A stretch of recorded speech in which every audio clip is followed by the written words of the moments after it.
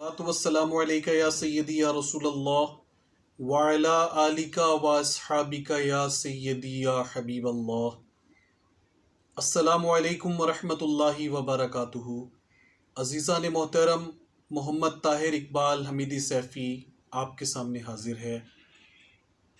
آج کا میرا جو ٹاپک ہے وہ دشمنوں کی زبان بندی کے حوالے سے لاجواب عمل لے کر میں آپ کے سامنے حاضر ہوا ہوں۔ آج کے دور میں انسان بہت ساری تکلیفوں میں مبتلا ہے۔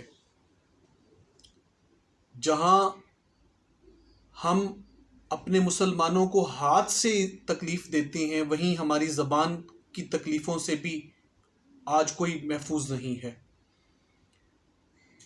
آئے روز آپ دیکھتے ہوں گے کہ لوگ ایک دوسرے پر جھوٹا الزام لگا دیتے ہیں، جھوٹ بولتے ہیں،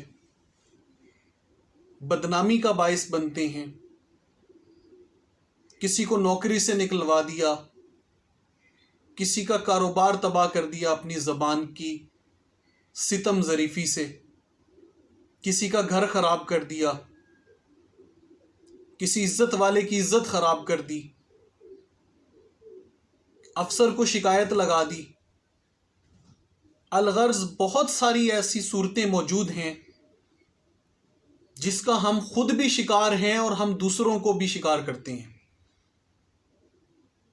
آقا علیہ الصلوۃ والسلام نے ارشاد فرمایا، اس کا مفہوم یہ ہے کہ تم میں سے کوئی بھی اس وقت تک کامل مومن نہیں ہو سکتا جب تک کہ اس کے ہاتھ اور زبان سے دوسرا مسلمان محفوظ نہ ہو جائے۔ تو اس حدیث کی روشنی میں اگر ہم دیکھیں، اپنا جائزہ لیں کہ کیا ہم اس کو فالو کر رہے ہیں، اس پر عمل کر رہے ہیں، تو بدقسمتی سے بہت کم لوگ ہوں گے جو اس حدیث پاک پر عمل پیرا ہیں۔ اور اسی طرح آقا علیہ الصلوۃ والسلام کی ایک حدیث پاک کا مفہوم یہ بھی ہے کہ جس نے کسی مسلمان پر جھوٹی تہمت لگائی، اللہ تعالیٰ اس کے 1 سال کی نیکیاں ختم فرما دے گا۔ استغفر اللہ، اللہ ہمیں اپنی حفظ و امان میں رکھے، جھوٹ بولنے سے بھی بچائے، کسی پر جھوٹی تہمت لگانے سے بھی بچائے، کسی کی دل آزاری سے بھی بچائے۔ بہت سارے لوگ افسروں کی چاپلوسی کرنے کے لیے عملے کی شکایتیں لگاتے ہیں، یوں وقتی طور پر وہ کامیاب ہو کر اگلے بندے کو نقصان تو دے دیتے ہیں، پر انہیں یہ سوچنا چاہیے کہ ان کا یہ کرنا صحیح نہیں ہے۔ اگر آپ بھی کسی ایسے شخص کی چالوں کا شکار ہیں، اس کی زبان کی تکلیفوں سے تنگ ہیں، آپ یہ چاہتے ہیں کہ وہ آپ کی مخالفت ترک کر دیں، شکایتوں کا سلسلہ رک جائے، بہتان لگانے کا سلسلہ رک جائے، سازشوں کا سلسلہ رک جائے، مخالفتوں کا سلسلہ رک جائے، تو یہ عمل آپ کے لیے ہے۔ عمل کی ترتیب یہ ہے، ایک تو کوئی بھی عمل آپ کریں گے، سب سے پہلے آپ نے صدقہ دینا ہے۔ آپ اپنی عمر کے سال گنیں اور اس حساب سے 1 روپیہ ہر سال کے مطابق آپ صدقہ کر دیں۔ صدقہ ویسے ہی رد بلا ہے، تو اللہ نے چاہا تو اس بلا سے بھی چھٹکارا مل ہی جائے گا۔ اس کے بعد آپ نے 1 عدد کیل لے لینا ہے۔ کیل لینے کے بعد آپ نے مطلوبہ شخص کے عدد کے مطابق سورہ یاسین کی آیہ مبارکہ وَجَعَلْنَا مِن بَيْنِ أَيْدِيهِمْ سَدًّا وَمِنْ خَلْفِهِمْ سَدًّا فَأَغْشَيْنَاهُمْ فَهُمْ لَا يُبْصِرُونَ، اس آیہ مبارکہ کو پڑھنا ہے۔ اس کے شروع یا آخر میں تعوذ، تسمیہ اور درود پاک نہیں پڑھنا۔ اس کی وجہ یہ ہے کہ یہ ایک جلالی عمل ہے۔ اور آپ اسے بندش کے لیے استعمال کر رہے ہیں،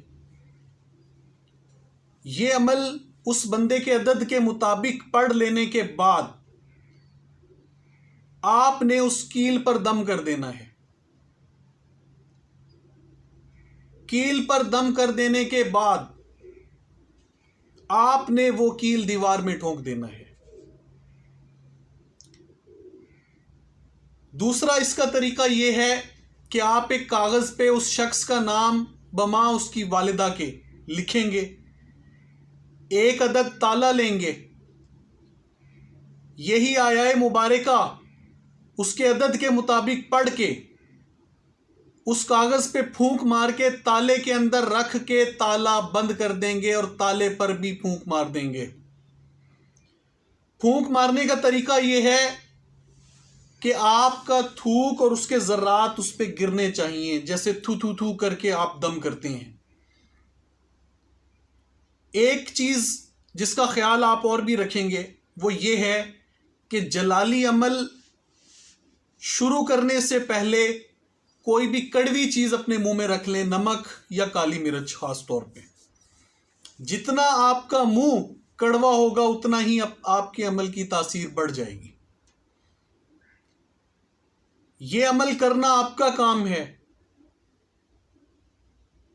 تالا آپ زمین میں دفن بھی کر سکتے ہیں، دریا میں بھی ڈال سکتے ہیں۔ اللہ کا حکم ہوگا اس ظالم کی زبان درازی سے، ایذا رسانیوں سے آپ کی جان چھوٹ جائے گی۔ اللہ تعالی ہمیں اپنی زبان کی حفاظت کرنے کی توفیق عطا فرمائے، زبان کا قفل مدینہ لگانے کی توفیق عطا فرمائے۔ اللہ تعالی ہماری زبان سے تمام مسلمانوں کو ہماری زبان کے شر سے بچائے اور تمام مسلمانوں کی زبان کے شر سے ہمیں محفوظ رکھے۔ کوشش کیا کریں، یہ زندگی بڑی مختصر سی ہے، اس زندگی میں کسی کا دل نہ دکھائیں، کیا پتہ کس کے دل سے بد دعا نکل جائے اور خدا نہ خواستہ ساری زندگی کا پچھتاوا بن جائے۔ خوشیاں بانٹیں، خوش رہیں، دوسروں کو بھی خوشیاں دیں، مسلمانوں کو خوش کریں، انہیں تکلیف نہ دیں، اپنی زبان پر قابو رکھیں۔ اللہ تعالی ہمیں اپنی زبان کی حفاظت کرنے کی توفیق عطا فرمائے۔ اور ایک بات میں ہمیشہ کہتا ہوتا ہوں، قرآن پاک کو، اعمال کو اپنے مقصد کے لیے استعمال کرنے والوں کو کبھی کامیابی نہیں ملتی۔ کوشش یہ کریں قرآن کو اپنی زندگی کا مقصد بنا لیں، نہ کہ اپنی زندگی کے مقاصد کے لیے اسے استعمال کریں۔ قرآن کی تعلیمات پر عمل کریں، نماز پنجگانہ کی پابندی کریں، روزے کی پابندی کریں، زکوٰۃ ادا کریں، عشر ادا کریں، حج کریں اگر استطاعت رکھتے ہوں تو، مسلمانوں کا بھلا کریں، کوشش کریں آپ کی ذات سے کسی کو دکھ نہ پہنچے، رزق حلال کا بندوبست کریں، کسی کا حق نہ کھائیں۔ ناجائز کسی کا حق کھانے والا اس دنیا میں بھی پریشان ہوتا ہے اور آخرت بھی برباد ہو جاتی ہے۔ اللہ تعالی ہمیں رزق حلال کا اہتمام کرنے کی توفیق عطا فرمائے۔ میری طرف سے جائز کرنے والوں کو اس عمل کی اجازت ہے، اس عمل کو ناجائز مت کیجیے گا، یہ قرآن پاک ہے، کلام الہی ہے۔ ناجائز کریں گے تو رجت میں گرفتار ہو جائیں گے، اور خدا نہ خواستہ جو قرآن کی پکڑ میں آ گیا اس کو کوئی بچا نہیں سکے گا۔ اللہ ہمیں محفوظ رکھے۔ میری طرف سے جائز مقاصد والوں کو اجازت ہے۔ اللہ ہمیں عمل کی توفیق عطا فرمائے۔ آمین ثم آمین۔ السلام علیکم ورحمۃ اللہ وبرکاتہ۔